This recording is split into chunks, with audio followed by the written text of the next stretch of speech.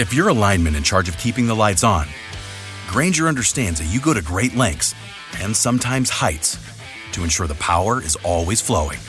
Which is why you can count on Grainger for professional-grade products and next-day delivery, so you have everything you need to get the job done. Call 1-800-GRAINGER, click Grainger.com, or just stop by. Grainger, for the ones who get it done.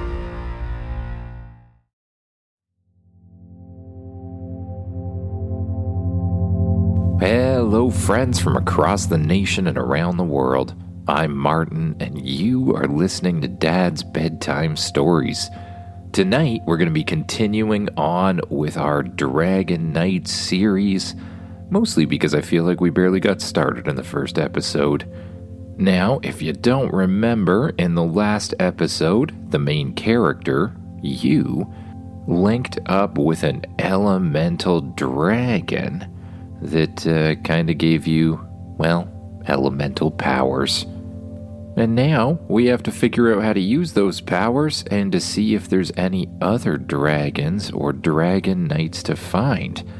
This episode does sort of have a suggestion from a listener, though I haven't had many suggestions for the series yet, so if you want to go on SpeakPipe, you should do that now. Leave me a message there on what you think should happen next.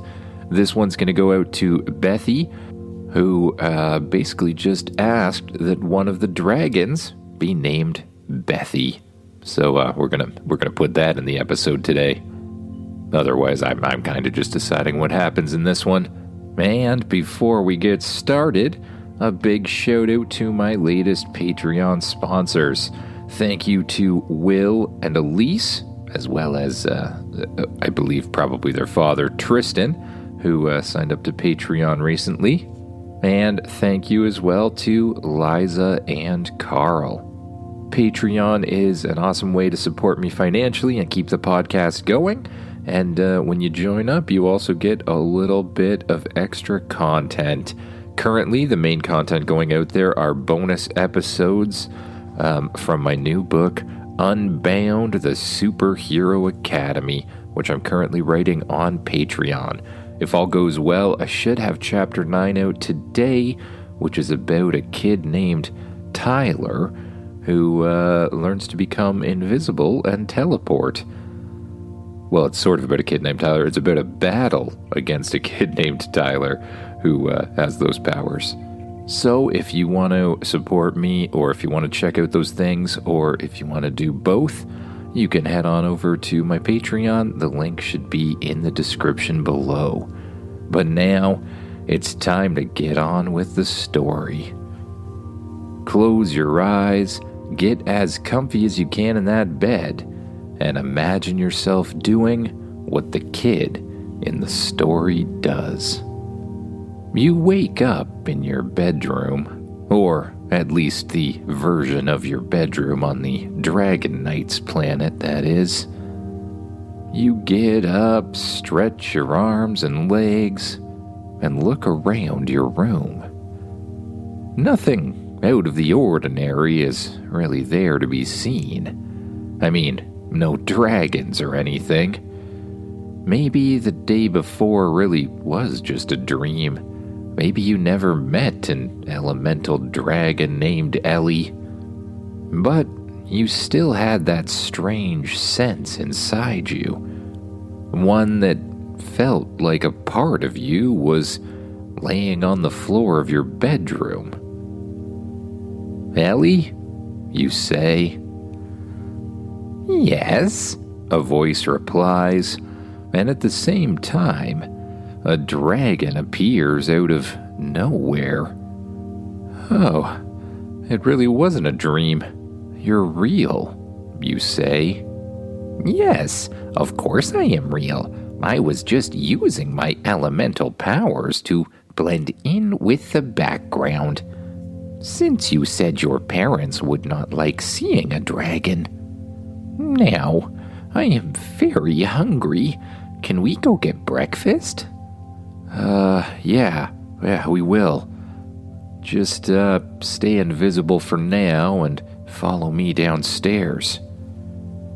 Understood, Ellie responds, and then once again disappears from sight.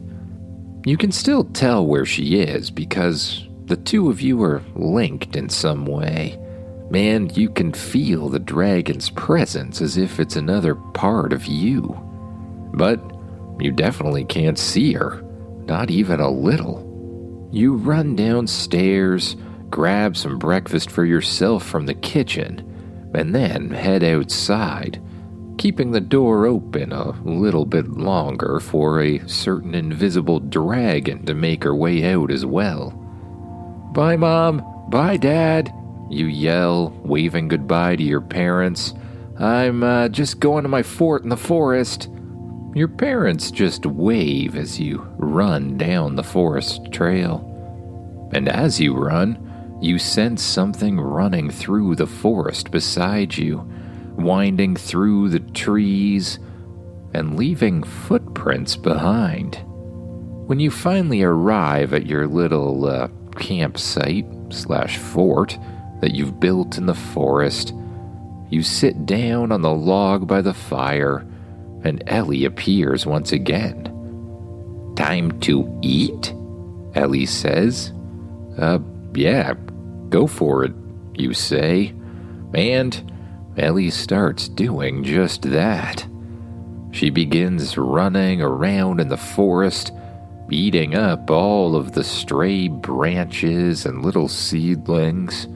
She scoops up handfuls of dirt and pieces of rock, shoving them in her mouth, converting them to energy, and again growing a tiny bit more each time.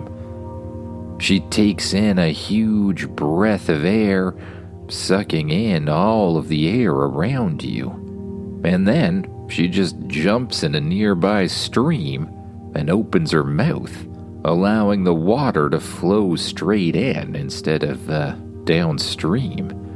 Again, the water glows as it enters, transforms into energy, and then shoots throughout her body.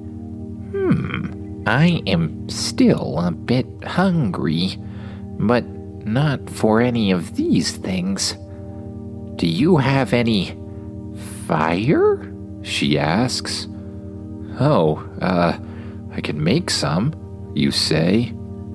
You kneel down beside the little fire pit, stack up a bunch of wood, and get out your flint and steel.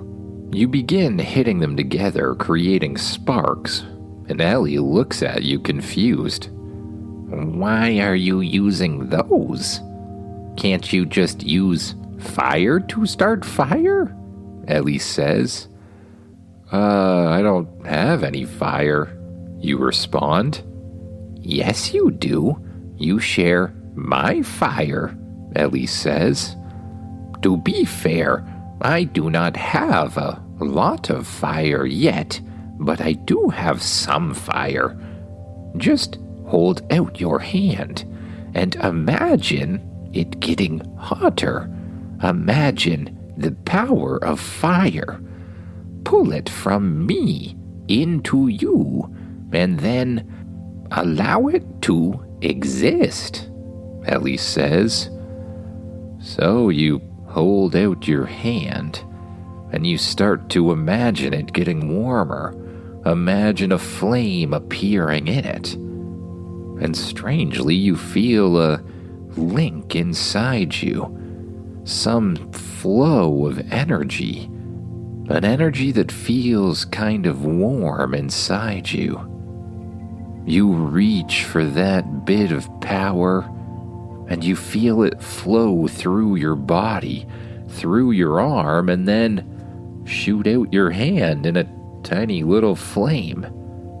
You aim the flame at the fire, it catches, and the campfire starts up. You instinctively cut off the flow in your body and in your hand. Cool, you say as the fire gets larger and larger. Oh, that looks good. We should feed it more, though. And so you begin putting more and more wood on the fire until it's quite large. "Oh, that looks very good. Can I eat it?" Ellie asks. Go for it," you say, and Ellie takes in a huge, deep breath.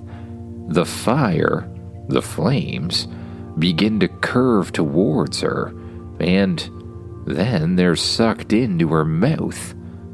In almost an instant, the entire fire flashes before you and shoots into Ellie.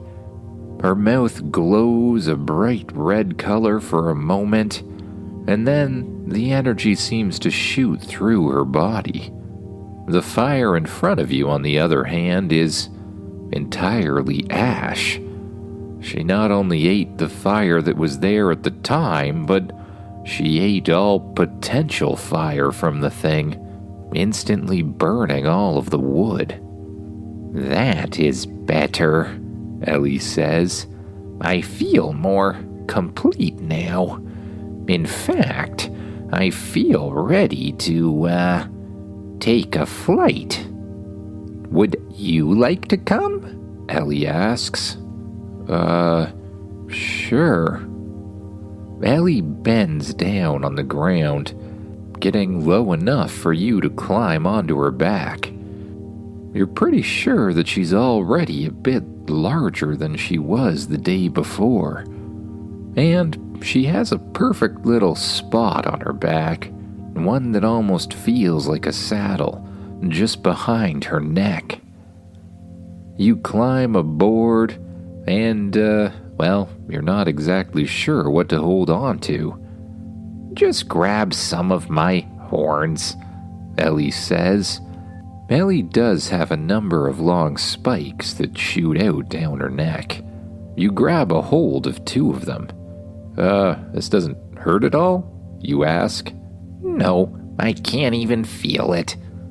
"Now, just hold on tight," she says, as she stands up and begins to run forward. You bob up and down, holding on the best you can. Then Ellie jumps into the air, spreads her wings, and begins to glide. She flaps her wings higher and higher, until after not very long at all, you find yourself floating below the clouds over the beautiful landscape below. What if people see us?" you ask. "Oh, that is a good point." Ellie then sort of shimmers for a second, as do you. Then you disappear from sight anyways. You can still sense your arms and your legs, every part of your body, but you can't even see them with your own eyes. All you see is the sky below. This is amazing. I've never flown before. "Oh, you think this is amazing? Wait until we use some wind energy." You feel a sudden gust of wind spin around your body. Then, it feels as if the wind starts to pick you up, as if the wind blows with you and just sort of allows Ellie to glide along, faster and faster, with very little effort. "You can use the wind to allow you to fly?" you say. "Well, I can, and so can wind dragons. Wind dragons are known for being the best flyers. They can do things that, don't really make sense, using the wind to push them in any direction they wish. It is very hard to outmaneuver a wind dragon. Most dragons must do it the traditional way if they are not traveling with a wind dragon, flapping their wings, floating along. But wind dragons do not. They need to only open their wings and allow the wind to do the rest. As an elemental dragon, I can do this as well." You continue to fly high up in the air, floating invisibly above the world. Until Ellie smells something. "Do you smell that? It smells tasty," she says, and then she suddenly shoots down towards the ground. You hold on tight as the wind pushes against your head. What do you smell exactly?" you ask Ellie. "I smell fire," she says, and sure enough, you begin to see the fire as well. Not just a campfire like she's consumed before, but a house fire that's quickly turning into a forest fire. The farm below you is caught on fire for some reason, and with a roof made of hay and thatch, it goes up rather quickly. The fires spread to the house, the barn, the field, and a whole bunch of trees in the surrounding forest. "This is not good at all, but it is very tasty," she says as she swoops down over the fire. And as she swoops, she begins to breathe in a deep breath. A breath that catches the fire itself and sort of sucks it into her body. You watch as the fire from the forest, the fire from the house, the fire from the crops, all shoots up to a single point, Ellie's mouth, and then disappears into a glowing red ball before being absorbed by Ellie's body. "Oh, that is much tastier than the campfire." Below you, all of the trees that were caught on fire are now, completely ash. The crops are gone, and every part of the house that isn't made of stone is completely gone as well. And that's when you notice the group of soldiers. Soldiers looking around in wonder, having no idea exactly what just happened. Soldiers holding torches. And, soldiers that look like they're being very mean to the family there. It becomes pretty obvious that the soldiers are the ones who burnt the place down. And they're not just any soldiers. These are the Dragon King soldiers, wearing the classic black and red armor, and, bullying people as they often do.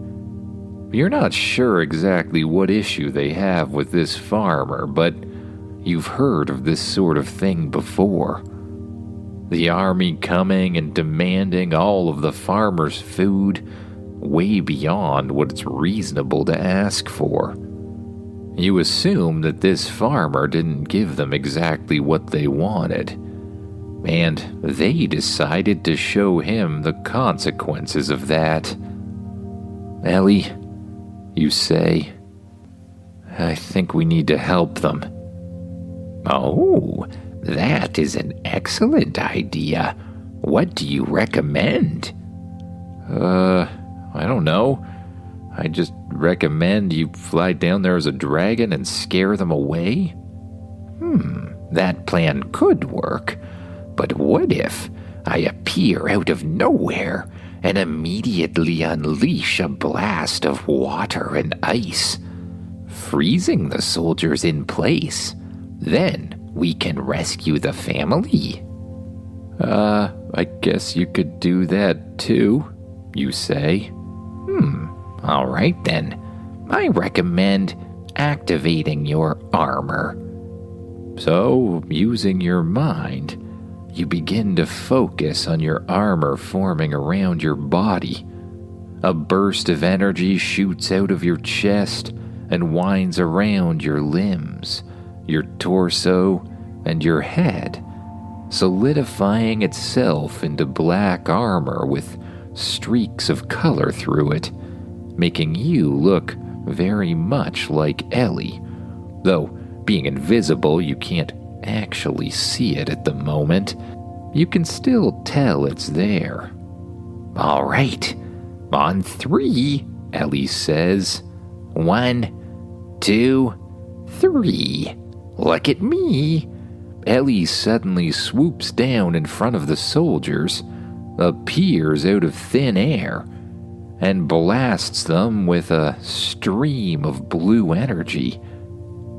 As the blue energy hits the soldiers, they don't even have time to move. They're immediately covered in a huge block of ice. Ellie then lands on the ground in front of the family. You climb off and run towards them. Are you guys okay?" you ask. The family look at you, and up at the dragon, and then behind them to the soldiers who are frozen in a block of ice. The father eventually speaks. What are you? Are you one of the Dragon King's knights?" he asks. Well, I'm not one of the Dragon King knights," you answer, "but I am a dragon knight." Then the legends aren't true. If you're not one of his knights, you must be one of the chosen ones. I have no idea about that," you answer. Yes, he is," Ellie says. You stare back at the dragon. "What? You are? The chosen ones were the ones who were to find the eggs, and you found my egg. Speaking of which, your daughter has an interesting glow about her," Ellie says. "What do you mean, an interesting glow?" the father asks. "Well, she is sort of blue the way I see her." You look at the girl and you don't notice any kind of interesting blue. "I don't see anything," you say. Try to connect with me. See how I see," Ellie says. You close your eyes and try to reach into the connection you have to the dragon. When you find it, you open your eyes again and you see the world in a slightly different way. "What am I seeing?" you ask. The world is sort of glowing in different colors. The ground is giving off kind of a green aura from all of the grass and leaves and trees. The dirt and rocks are giving off a kind of brown aura. The water in the distance is glowing blue, and even the air itself seems to be sort of a grayish color. That is called dragon vision, Ellie explains. It is how we dragons see the world, in different forms of energy. You look back at the girl and, sure enough, she is glowing much more than the other people. Well, her parents do give off a light green color, which you assume to be the color of life. The girl is giving off a much brighter signal, blue emanating off of her body. Whoa, she is glowing blue, you say. Yes, I believe she may be important, the dragon explains. Oh, our Bethy is very important. She's a smart girl. Well, I believe she needs to come with us, Ellie says. What "What do you mean needs to go with you?" the father says. "Well, let's just say I think she's going to be an important part of this. I can tell just by looking at her." The girl then walks up. Can I go with them, Dad?" the girl asks. "I feel like it's the right thing to do for some reason." "Well, there ain't much here to stay for anyways." The man looks at his wife. "Your mother and I are going to go to my brother's house, the next town over. So, Bethy, you know where to find us. If this truly is a dragon night, then the legends say we must trust in their judgment. If they believe you are needed, then I believe them." "Oh, thank you," Bethy says. Do you need any of your things or anything?" you ask. "Well, most of my things were kind of destroyed. I really only have what's, here on my back." Sure enough, she is carrying a small backpack. Okay then. I guess let's get going. Climb on Ellie." "Okay," she says, as she climbs onto the dragon. You jump on as well and grab a hold of its horns. "Everyone ready?" the dragon asks. And then she spreads her wings and shoots up into the air. The wind once again twirls around you and the dragon, catches below the dragon's wings, and shoots the three of you high up into the air. Bethy waves goodbye to her parents. They look up and wave back. Are you sure you really want to just leave your parents behind like that?" you ask. "Well, strangely, yes I am. I never would have thought I would do this before, but as soon as I saw the two of you appear, I felt an instant connection, like I was supposed to go with you." "Well, that's because you are the water dragon knight," Ellie says. "The what?" Bethy responds. "Yeah, the what?" you say. "You are the water dragon knight. I can tell from your glow. You are meant to connect with the water dragon. Now, we must find it." How do we find it?" Bethy asks. "Well, you are the one who should find it. I can tell from your glow that you are already connected. You must just follow that connection. It's probably what you were doing when you decided to go with us. But now, you must tell us where to go." "How do I know where to go?" she asks. Well, most describe it as sort of an invisible pull, as if the world or universe wants them to go in a certain direction. Is your body sort of pulling you in any way?" Ellie asks. Let me see," Bethy responds, closing her eyes and focusing as you fly high above the world. She suddenly opens her eyes and looks to the left. "There," she says. "It wants me to go that way." Ellie switches directions, swooping down to where Bethy is pointing. "Down there, in the forest, I feel something. Ellie swoops down through the trees and lands in a little clearing just beside a cliff. A cliff in the middle of a forest in the middle of, well, pretty much nowhere. Bethy climbs off the dragon and walks towards the wall of rock.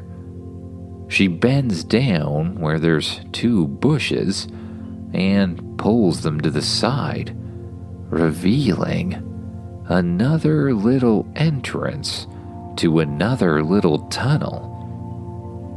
You follow and look down the place. This is exactly like where I found my dragon egg, you say. You reach up your hand and you try to focus on creating a flame in it again, just like you did earlier today. You feel the connection to Ellie. You feel the warm sense of energy, and the flame appears in your hand. Well, let's go check it out, you say, as you lead Bethy down into the tunnel. You climb down a set of stone stairs, through a long stone hallway, and into a hidden room, which, sure enough, has a bright blue egg sitting in it. Bethy holds her hand out and walks up to the egg. "I'm coming," she says, placing her hand on top of it. And just like Ellie's egg did, the egg cracks down the middle. Then it cracks down all of the sides, and the egg sort of explodes, leaving behind a bright blue dragonling. "Hello there," the dragonling says. "Oh, you must be my dragon knight." The dragon jumps up, flies around in the air, and lands on Bethy's shoulder. I think I am," she says. "Well, I'm hungry. Do you know anywhere we could get some food?" I don't know. I don't have a lot with me. What do little dragonlings eat?" she asks. I think I have an idea," you say. "Come with me." You lead them down the tunnel, up into the forest again, and look around until you see a little stream. I have a feeling that what your dragon is looking for is right over there. Speaking of your dragon, you have a name? You ask. The dragon closes its eyes for a second. "I think I do. You can call me Luna." "Well, nice to meet you, Luna," you say. You walk her over to the stream, and Luna jumps down off of Bethy's shoulder, lands immediately in the water, and starts, well, sucking up as much water as she can. The water turns to energy in her mouth and pumps through her body, making her larger and larger and larger, until she's almost the same size as Bethy. Nowhere near Ellie's size yet, but getting big rapidly. "That does look yummy," Ellie says, breathing in a little bit of water as well. You see that the sun is starting to set. "Oh no, we better get home."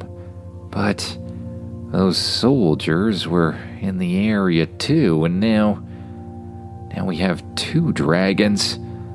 Any chance you can turn invisible too, Luna? You ask. "Oh, I don't believe I can. Water dragons can blend in with the water. when I'm swimming, you would never know I was there. But I cannot turn invisible like an elemental." "Well then, we can't really go back to my house," you say. "Any other ideas?" "Well, we could build a camp right here for now," Ellie says. It's gonna take forever," you respond, "but I guess I'll start gathering some things to build a shelter." "Oh, there is no need for that. Watch this." Ellie jumps up slightly in the air and crashes down into the ground with a huge rumble. But at the exact same time, 4 walls of rock shoot up out of the ground. Ellie then rears up, lifting her back legs in the air, and stomps down on the ground again. As soon as she does, 2 more walls of rock shoot up out of the ground, but this time they fly into the air over top of the other walls and create a perfect, makeshift rock roof. You're now standing in front of a perfect shelter made of dirt and rock, with a door even. "Will this work?" Ellie asks. I guess it will." You walk through the stone door into the little shelter that Ellie's created. Sure enough, there's even 2 beds in it. Or, 2 slabs of stone covered in moss. You shrug your shoulders and try to lay down anyways. The moss is surprisingly comfortable. You rest your head down, nod goodnight to Bethy, and close your eyes. You follow your breath as it moves in and out, and with each breath, you sink down deeper and deeper into the bed, and your mind begins to wander off to thoughts of new dreams and new adventures to come. Good night, everyone.